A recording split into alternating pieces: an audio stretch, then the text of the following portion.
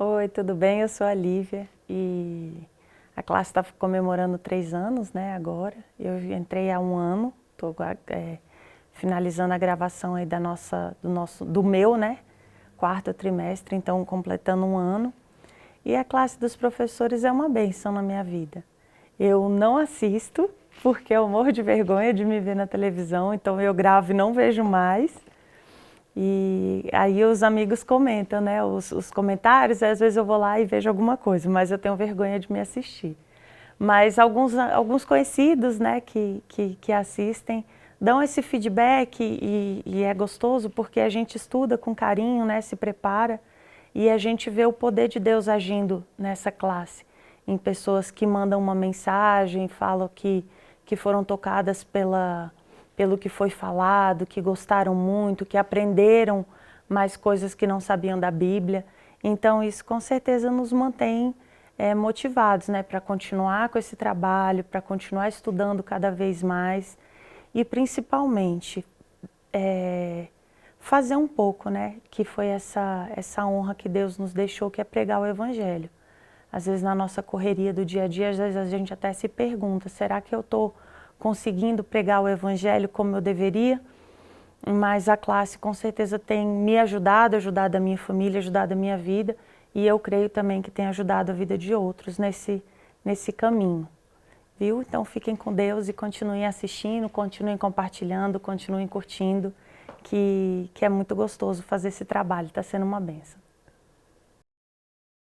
Olá, seja muito bem-vindo à classe dos professores, a sua lição em qualquer hora e lugar.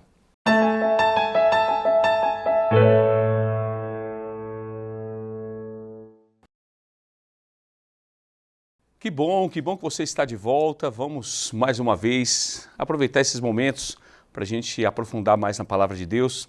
E nós temos uma lição muito importante, essa lição é desafiadora. Então por isso eu peço muita atenção. Nós vamos refletir sobre algumas passagens controversas da Bíblia. Mas antes de a gente iniciar essa lição, eu gostaria de pedir mais uma vez, se você ainda não é inscrito no nosso canal, se inscreva no nosso canal, ative também as notificações, que toda vez, né, a gente está colocando muitos conteúdos na semana e esses conteúdos chegarão com uma notificação para você estar sempre conectado com o nosso canal. E se você se sente participante de compartilhar a palavra de Deus, eu sei que você se sente dessa maneira, também clique em compartilhar. E eu estou lançando esse desafio para você compartilhar com pelo menos 10 contatos para que essa lição chegue a cada vez mais pessoas. E está muito bacana esse nosso canal, porque muitas pessoas estão conectadas e eu vou mandar abraços especiais para 3 pessoas que nos acompanham. A Gel Nascimento, de Aracaju, Sergipe. Nós temos também o Michael Vieira, lá de Portugal, nos assistindo. E nós temos o Atalício Fontoura e a Angélica, de Porto Alegre, Rio Grande do Sul. E aqui agora vamos apresentar, você já conhece também esse time nosso. Nós temos aqui ao meu lado o pastor Davi Sabino, que é membro da Igreja Adventista aqui do Lago Sul. Alegria estar de volta. Um prazer enorme, Ricardo e as colegas que estão comigo aqui hoje. Muito bom. Nós temos também a Geni, membro aqui da Igreja Adventista do Lago Sul. Um prazer estar aqui com vocês mais uma vez. E a Marlice, que também, prata da casa, membro aqui da Igreja Adventista do Lago Sul. Olá, seja bem-vindo mais uma vez à nossa classe. Estamos juntos aqui. Muito bom. E eu sou o Ricardo Vilela, ancião aqui da igreja. Então, antes da gente começar esse estudo, eu vou pedir para que a Marlice faça uma oração. Pode ser, Marlice? Sim, oremos. Querido Deus, muito obrigada, Senhor, por essa oportunidade de mais uma vez estudarmos juntos a Tua Palavra. Que o Senhor nos ilumine, que o Senhor abra o nosso entendimento e também dos nossos ouvintes, das pessoas que estão nos assistindo e participando conosco, para que possamos juntos, Senhor, aprender cada vez mais de Ti e cada vez mais aprendermos da Tua Palavra. É o que nós te pedimos e agradecemos por Jesus. Amém. Amém. Passagens bíblicas controversas. E o verso para memorizar está em João 5,39, que diz: Vocês examinam as Escrituras, porque julgam ter nelas a vida eterna, e são elas mesmas que testificam de mim. E aqui o autor traz uma informação importante, né, que Pedro nos exorta em 1 Pedro 3,15, que diz: santifique a Cristo como o Senhor no seu coração, estando sempre preparados para responder a todo aquele que pedir razão de esperança que vocês têm. E Paulo também nos encoraja dizendo assim: pregue a palavra, insista, quer seja oportuno, quer não, corrija, repreenda, exorte com toda paciência e doutrina, pois virá o tempo em que não suportarão a sã doutrina. Está em 2 Timóteo 4, 2, 3. Sendo assim, nós devemos então não apenas nos atentar às passagens que falam comumente com aquilo que a gente já está acostumado, mas especialmente aquilo que nos ensinam coisas diferentes daquilo que acreditamos. E aqui tem uma passagem aqui também, eu achei chave aqui, que o autor diz que nós devemos seguir o exemplo inspirado de Cristo, que o próprio Cristo nunca omitiu uma palavra da verdade, mas sempre disse com amor. Então, às vezes, a gente precisa estar sempre com essa atenção focada. Não é o conteúdo apenas que importa, mas a forma como nós iremos colocar algumas verdades que, para muito, é um pouco difícil de digerir. Então, Jesus, como exemplo, ele nunca foi rude, ele nunca proferiu desnecessariamente uma palavra severa e jamais provocou sem motivo uma dor de uma pessoa frágil. Ele não censurava a fraqueza humana. Então, nessa semana, nós estudaremos algumas passagens intrigantes, que usadas para justamente justificar a imortalidade da alma. E eu queria também, antes da gente passar a palavra para o pastor Davi Sabino, dizer que preste bastante atenção nessa lição, porque a Igreja Adventista, eu não conheço muito com profundidade outras doutrinas, mas ela realmente é uma das religiões aqui que certamente aprofunda muito na palavra e traz textos contundentes para nos trazer respostas que vão elucidar algumas dúvidas acerca dessa temática. E aí eu vou entrar aqui já no domingo, pastor, trazendo aqui o texto de Lucas 19, 31, o autor traz esses textos, e por que essa história não é uma descrição literal da vida após a morte? Este texto de Lucas, vale dizer que ele está na Bíblia por permissão do Espírito Santo que moveu a mente de todos os escritores bíblicos. E certamente ele está ali por alguma razão para nos ajudar a compreender algum assunto importante para a nossa salvação. E a história que Lucas conta parece ser uma história e não uma história que uma pessoa pobre, cheia de feridas, mendigo, estava sentado na porta da casa do rico, pedindo esmolas, etc. E um dia ele morreu e o rico também morreu, e o pobre foi para um lugar, digamos, o céu, e o rico foi para o Hades, querendo dizer que, entre aspas, o pobre foi para o céu e o rico foi para o inferno, vamos dizer assim, porque Hades quer dizer, para os gregos, o deus do submundo. Portanto, na Bíblia, Hades é o lugar dos mortos, se você for ver do ponto de vista da compreensão geral. Agora, o que há de difícil nesse texto? Um foi para o céu, outro foi para o inferno. Quer dizer, as pessoas quando morrem, elas vão para algum lugar, essa é a grande temática controversa, que assusta muita gente o tempo todo, desde que o mundo é mundo. Quando a gente morre, vamos para onde? Já temos estudado que somos uma alma, que somos um ser completo e que não vamos para nenhum lugar. Vamos para a sepultura e ficamos ali aguardando a volta de Jesus. Mas como entender que a Bíblia traga um texto assim? Bem, se nós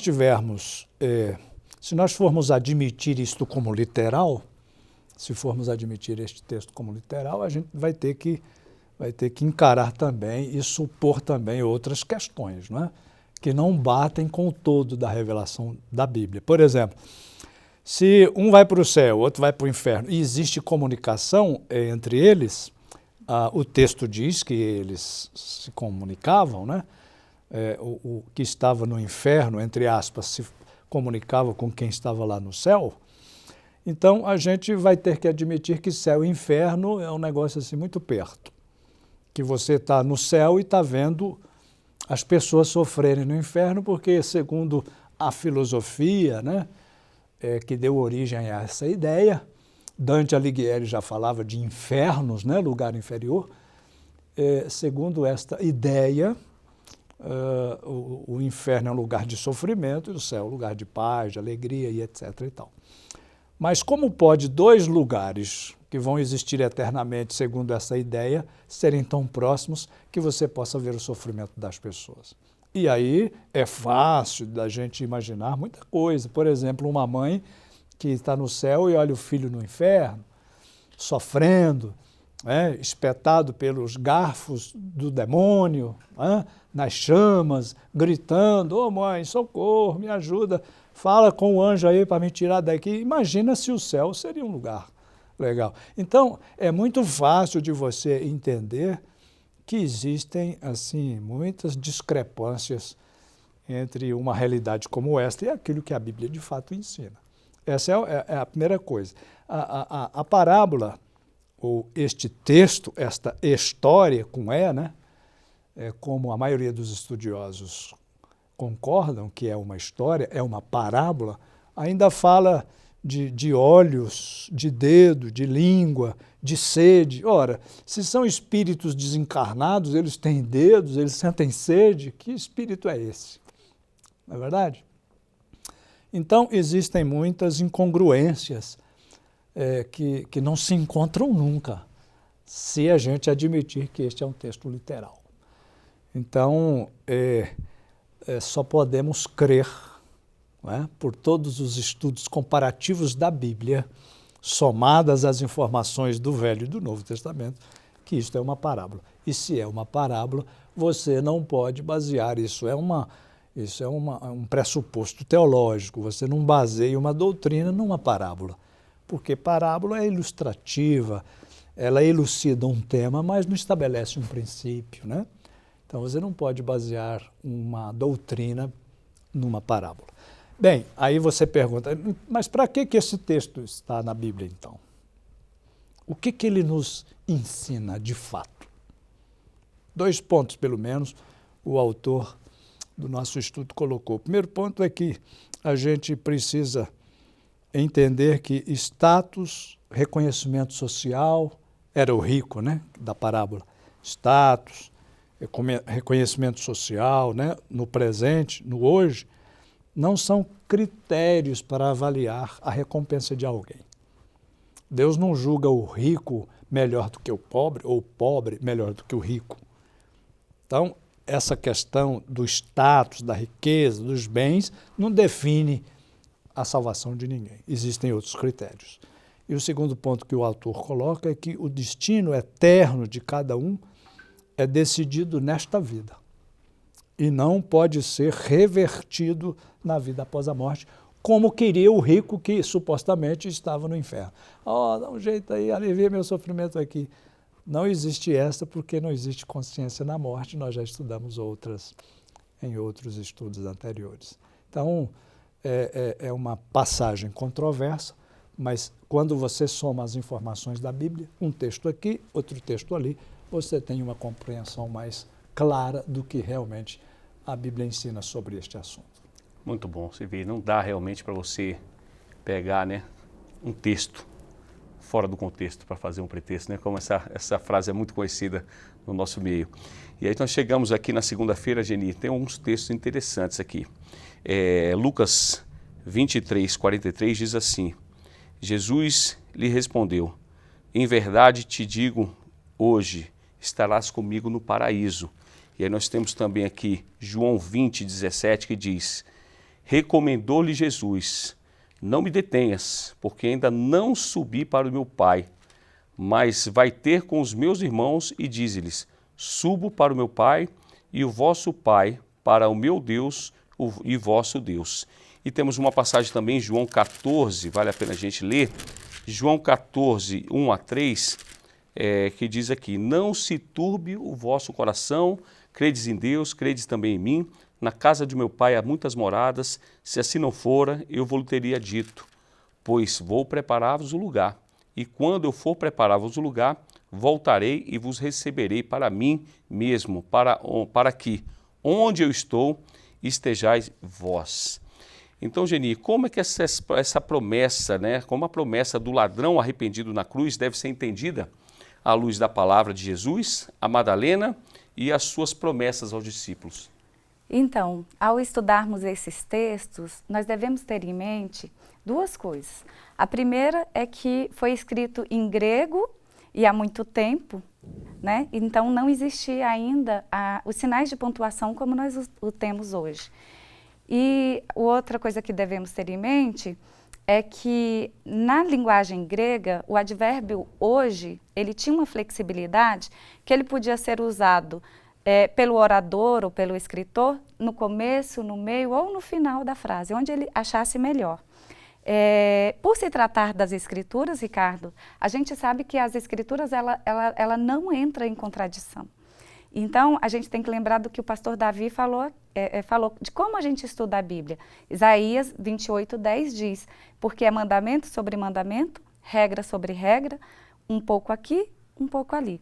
E aí, estudando João 14, como você mesmo disse, o próprio Jesus, quando ele falava do sofrimento que ele ia passar pela morte de cruz, aí ele falava para os discípulos, né? Mas não se preocupem, eu vou para o Pai. Então, depois que ele passasse por todo esse sofrimento, ele iria para o Pai para preparar um lugar. E quando ele estivesse preparado, ele voltaria, aí falando já da segunda vinda dele, né?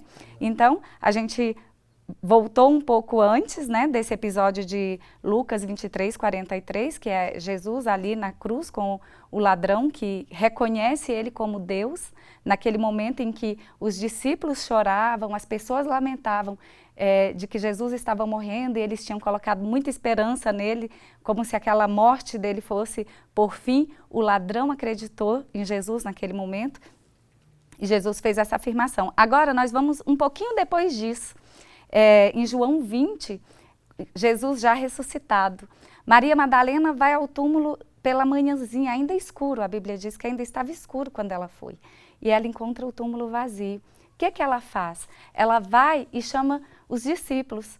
Pedro e João vão, um até passar na frente do outro, né, para chegar. Os dois chegam lá, verificam que o túmulo está vazio e os dois vão embora. No entanto, Maria Madalena, ela continua ali, chorando, ali perto, fora do túmulo. Quando ela olha para dentro do túmulo, ela vê dois anjos ali no lugar onde estivera o corpo de Jesus. Um à cabeceira e o outro anjo aos pés. E eles então perguntam, mulher, por que choras? E ela diz, levaram o meu Senhor e eu não sei onde colocaram. E aí nesse momento ela olha para trás e vê Jesus, o próprio Jesus estava atrás dela, mas ela não o reconhece. E Jesus pergunta, mulher, por que choras? Ela, imaginando que fosse o jardineiro que estava falando com ela, falou, porque levaram o meu Senhor. Se foi você que levou, por favor, me diz onde colocou que eu quero estar com ele. Então, nesse momento, Jesus diz, Maria. E ela, então, reconhece que era o seu mestre. E ela responde, mestre. Ela reconhece que era Jesus quem estava falando com ela. Então, nesse momento, e você leu aí no verso 17 de João 20, Jesus diz, né? Não me detenhas, porque ainda não subi para meu Pai, mas vai para meus irmãos e dize-lhes que eu subo para meu Pai e vosso Pai, meu Deus e vosso Deus. Agora, Ricardo, se o próprio Jesus ainda não tinha estado com o Pai até esse momento, após a ressurreição, como que ele poderia ter levado o ladrão, né? Então, olhando por esse ponto de vista, estudando essas passagens, a gente pode dizer que aqui é apenas uma questão de pontuação. Eu digo a você, hoje, estará comigo no paraíso. Se alguém quiser aprofundar o estudo e conferir, pode ver Deuteronômio 30, 18 e Atos 20, 26, nesses textos, o advérbio hoje apresenta a mesma flexibilidade que João 23, 43. Jesus estava apenas afirmando para o ladrão, naquele momento, o momento mais terrível da vida dele, ele, mesmo naquele momento sombrio, em que todos duvidavam, ele ainda podia confiadamente afirmar que era nele que estaria toda a esperança de salvação. E a Escritura, ela traz essa segurança para a gente, que é a recompensa de todos os fiéis se dará na ressurreição, na ocasião da segunda vinda de Jesus, para todos nós pecadores, inclusive para o ladrão que estava ali ao lado de Jesus na cruz. Muito bom, que interessante, que profundo essa reflexão. Aí chegamos aqui na terça-feira, que tem um tema aqui, partir e estar com Cristo, Marlice. E aí eu pergunto, quando Paulo mencionou em Filipenses aqui 1, versos 21 e 24, eu estou pressionado dos dois lados, desejo partir e estar com Cristo, o que é muito melhor. Ele sugeriu que após a morte a sua alma partiria para viver conscientemente com o Senhor? Então, Ricardo, quando se conta uma mentira, é necessário depois, seguindo, contar várias para sustentar aquela primeira. Satanás, ele contou uma mentira no Éden para Adão e Eva, para Eva, E, na verdade, para Eva. Eva, quando ela estava falando com a serpente, e a serpente disse para ela, certamente você não vai morrer, Sendo que Deus tinha dito que ia morrer, E ele simplesmente mentiu, ela acreditou, e até hoje ele conta essa mentira, Até hoje ele conta outras e para sustentar essa daí. Uma delas é justamente essa, dessa interpretação, de que Paulo partiu para estar com o Senhor, no mesmo momento. O que a gente vê nessa passagem, que a gente já estudou, até agora, inclusive nessas lições anteriores, é justamente isso. Paulo, ele não mencionou o intervalo de tempo que seria, entre ele partir e estar com Cristo. Então, ele não mencionou esse intervalo. E a gente já estudou na lição 3 que esse intervalo, para quem morre, é um piscar de olhos, Para quem fica até demora, às vezes décadas, Mas para quem parte, o próximo evento é ver a Jesus, ouvir a voz de Jesus. Então, se Paulo estivesse dizendo aqui, nessa passagem, que ele estaria já com Cristo naquele momento, se ele estivesse dizendo isso, a gente poderia duvidar um pouco da sanidade mental dele, Porque em várias outras passagens ele diz exatamente diferente. Como, por exemplo, em 2 Timóteo 4:8, ele diz assim, 4:8. Já agora, a coroa da justiça me está guardada, a qual o Senhor, reto juiz, me dará naquele dia. E não somente a mim, mas também a todos quanto amam a sua vinda. Então, Paulo está se referindo ao que ele vai receber e os outros também, que permaneceram em Cristo no dia da vinda de Jesus. E mais uma passagem está em 1 Coríntios... Não, aqui foi 1 Coríntios que a gente leu, Não, eu li Timóteo. 1 Coríntios 15, 52, que fala assim. 1 Coríntios 15, 52. No momento, num abrir e fechar de olhos, ao ressoar da última trombeta, a trombeta soará, os mortos ressuscitarão incorruptíveis e nós seremos transformados. Então, os mortos ressuscitarão. Então, isso aqui quer dizer exatamente, quer dizer bem diferente do que está na passagem que ele fala que partiu para estar com Cristo, Então, o que a gente vê aqui é exatamente esse tempo que ele não mencionou, mas que em outras passagens ele explica o que acontecerá para a gente estar com Cristo. Quando que estaremos com Cristo? Justamente com a sua vinda, no dia da sua vinda. Muito bom, né? Uma clareza que vai dando, né? Quando a gente vai aprofundando mais. E eu tenho certeza que você está impactado, assim, entendendo essas questões que às vezes é difícil se a gente não parar para estudar. E aí chegamos aqui na quarta-feira, pastor, a lição traz um tema que é pregando aos espíritos na prisão. E aí no texto de 1 Pedro 3, do verso 13 até o verso 20, especialmente no verso 19, diz assim: no qual também foi e pregou aos espíritos em prisão. Como Cristo pregou aos espíritos em prisão nos dias de Noé? Como foi isso, pastor? Interessante que os que são partidários dessa ideia, né, eles querem dizer que quando Cristo morreu, né, ele desceu lá para o mundo dos mortos. Então ele pensou assim, bem, eu acho que eu vou pregar agora. Vou pregar para esse povo aqui e tal. E diz então que ele foi para pregar aos antediluvianos. Essa é a ideia, né? Foi lá e pregou para os antediluvianos e etc. e tal. Lógico que isso é uma ideia fantasiosa do ponto de vista bíblico. Porque, primeiro, que não existe um lugar de consciência eterno, localizado em algum canto do universo, para onde os mortos vão e convivem entre si e continuam na prática do mal e tudo, né? Biblicamente, nós já estudamos isso e não é difícil de identificar que esta não é uma verdade bíblica, de que exista este lugar. Portanto, reafirmando que a professora Eugenie já comentou em outras lições, Marlice também, e nós estudamos na terceira lição, não há vida e nem consciência após a morte. Cristo estava morto, descansando no silêncio da morte, ele não estava em atividade.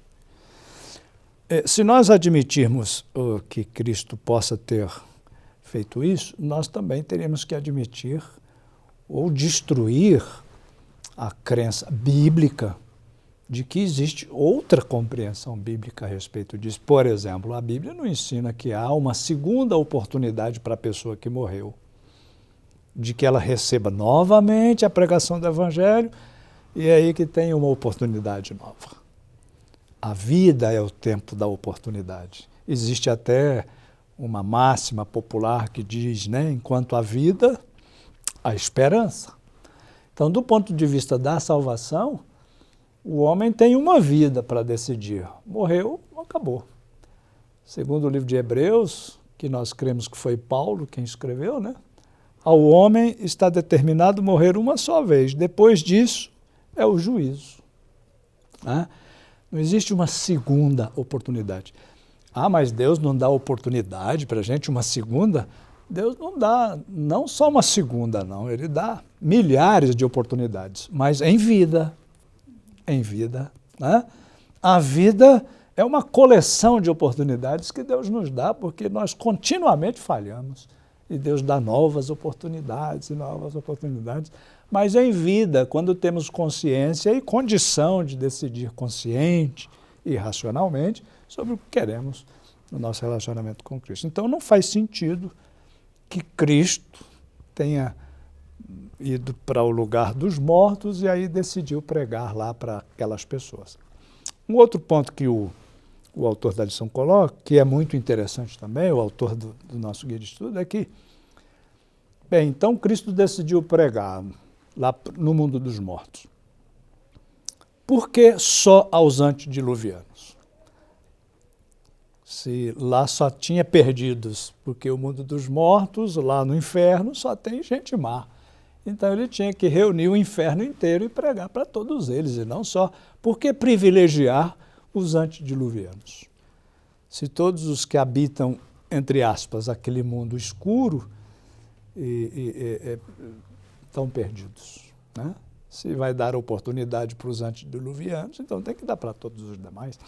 Então, estas questões são colocadas aqui na lição e outras mais que, quando você se dedicar ao estudo específico da lição, você desse guia você vai ver mais. Mas, então, o que esse texto quer ajudar a gente a entender? Porque sempre existe objetivo com a revelação que Deus nos dá, né? Quando ele fala espíritos em prisão, que pregou para estes e etc., né, é porque Deus sempre levou uma pregação de esperança às pessoas. Independente da época. Aqui fez relação aos que viveram antes do dilúvio. E no tempo deles, houve a pregação da justiça através de Noé. Que os apóstolos, os profetas, os pregadores, os pregoeiros, Noé é conhecido na Bíblia como pregador da justiça, né?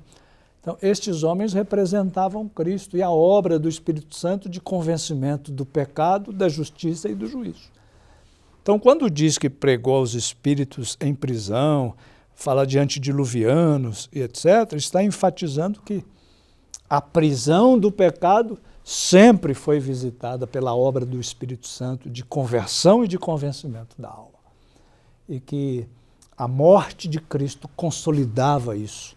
A morte de Jesus na cruz do Calvário consolidava esta certeza de que Deus continuaria, como sempre, levando a sua mensagem de esperança. E até na sua morte, Cristo estava pregando com a sua morte, com o ato de morrer sacrificalmente, ele estava pregando a salvação que vem através dele. Então, Cristo realmente pregou a todos os espíritos em prisão, a todos os homens pecadores, mas não desta forma, descendo aos infernos, para usar a expressão de Dante Alighieri. Muito bom. E para mim, o Cristo pregou, especialmente para mim, quando eu paro para analisar, que Cristo ele morreu na sexta, descansou no sábado, cumprindo o mandamento, e ressuscitou no domingo. Eu acho isso também uma parte importante, né, para nós que somos guardadores do sábado. Cristo, na sua morte, também pregou, guardando o sábado e ressuscitando no domingo. E uma vez também me falaram uma coisa, quando eu estava estudando ali, ainda conhecendo os princípios bíblicos, e aí a minha hoje esposa falou, a proposta da ressurreição ela é infinitamente melhor que a reencarnação.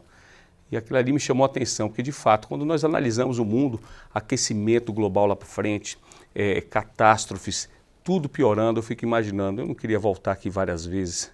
É melhor você ter uma oportunidade e nessa oportunidade você se aprofundar e decidir para que na próxima abertura dos olhos já estejamos junto ao Pai, né? Então a promessa realmente da ressurreição para mim me fez muito mais sentido, né? Porque me faz realmente acreditar nesse princípio. Os planos de Deus são superiores a estas tentativas de explicá-lo de forma humana, né? É verdade, é verdade.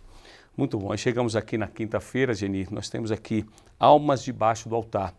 E aí Apocalipse 6, 9 a 10 diz, havendo aberto o quinto selo, vi debaixo do altar almas dos que se foram mortos por amor da palavra de Deus e por amor do testemunho que deram, e clamaram com grande voz, dizendo, até quando o verdadeiro Espírito Santo dominador não julgas e vingas o nosso sangue dos que habitam na terra?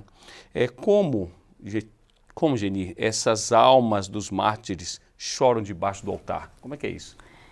De acordo com o Comentário Bíblico Adventista, volume 7, página 860, João não teve uma visão do céu literal, assim, de fato, como o céu é. Mas toda a cena consiste em uma representação pictórica e simbólica, cujo objetivo é ensinar as lições espirituais. O altar representado na visão devia lembrar o altar de bronze do santuário hebraico, e os mártires podem ser entendidos como sacrifícios oferecidos a Deus. Assim como o sangue dos animais era derramado na base desse altar, conforme está em Levítico 4, 7, e a vida da carne está no sangue, pode-se entender que a vida dos mártires encontra-se debaixo do altar. A mensagem do quinto anjo era uma garantia de que a causa de Deus triunfaria afinal. Qualquer tentativa de identificar essas almas como espíritos desencarnados dos mártires mortos viola as regras de interpretação das profecias simbólicas. Muito bom. Foi muito precisa na colocação. E aí, Marlice, chegamos na sexta-feira, chegou a hora de você fazer aquele envelopamento final dessa lição tão profunda. Então, a lição de sexta-feira, ela volta um pouquinho na parábola do rico e Lázaro, né? E mostrando aqui que nessa vida, o pastor também falou muito disso, que nessa vida aqui, nós podemos decidir o nosso destino eterno. Nós podemos. Durante o tempo de graça que nos é oferecido aqui na Terra, a gente tem essa oportunidade. Só que se a gente não aproveitar, nós não vamos viver de novo para ter uma nova chance, né? A gente morreu, acabou a chance. Se não tomarmos essa decisão durante esse tempo de graça, não teremos uma nova oportunidade. E lá em Parábolas de Jesus, no capítulo Como é decidido o nosso destino, na página 260, diz assim, ó, falando sobre essas pessoas que decidiram não estar com Jesus, né? Que não aceitaram a oportunidade. Fala assim, ó, durante a vida não se deleitava em Deus, nem tinha prazer em sua obra. Seu caráter não está em harmonia com Deus e não poderia ser feliz na família celestial. Quer dizer, a pessoa poderia até, se fosse, ela não seria feliz lá. Porque aqui é o nosso treinamento, né? É aqui que a gente treina para viver no céu. Caso lhes fosse possível entrar na cidade de Deus, não poderiam ter direito à árvore da vida.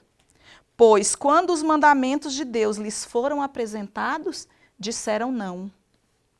Não poderiam viver em sua presença, na presença de Jesus, e sentiriam que qualquer lugar seria preferível ao céu. Então, que nós possamos estar, não entre esses, né? Mas entre aqueles que vão se regozijar com a família celestial no céu com Jesus. Amém. Profundo, né? E você deve estar aí parando, pensando, refletindo acerca dessa lição que essa semana realmente tirou muitos aprendizados para a nossa vida. E aí, para a gente fechar essa lição que foi muito rica, eu vou pedir para que você curve a sua fronte, aí como você está, para a gente fazer uma oração final. Oremos. Santo Deus, eterno Pai, louvado seja o teu nome, ó Deus, de eternidade a eternidade. Obrigado, ó Pai, pelo Senhor ter deixado de uma maneira tão amorosa esse download dos seus planos, ó Pai, da sua mente, do seu caráter, da sua personalidade, através das Escrituras Sagradas. Que oportunidade, ó Pai, nós temos de entender, de compreender, de estudar e o Senhor nos revelar verdades importantes que nos darão totais condições de fazermos uma escolha consciente e essa escolha consciente ser uma escolha pelo Senhor. O Senhor não nos deixou nenhuma dúvida acerca dos seus planos, está tudo aqui. Basta que a gente se dedique e que a gente se aprofunde na leitura da palavra. E nesse momento, ó Pai, eu clamo para que o Seu Santo Espírito nos tome a nossa mente, nos dê entendimento, não só a nós, mas a todos que estão entrando em contato com esse estudo, para que a gente possa ter essa iluminação através do Seu Espírito, para que a gente possa, mais uma vez, repito, decidir e que a nossa decisão seja pelo Senhor. Abençoe, ó Pai, continue abençoando esse projeto, abençoe a cada um dos telespectadores, é o que eu te peço e agradeço em nome de Jesus. Amém. Amém. Amém. Amém. Muito bom, muito obrigado mais uma vez pela sua presença. E se você gostou dessa temática, clica aqui embaixo, compartilha e o desafio é compartilhar para 10 contatos. Muito obrigado e até uma próxima lição.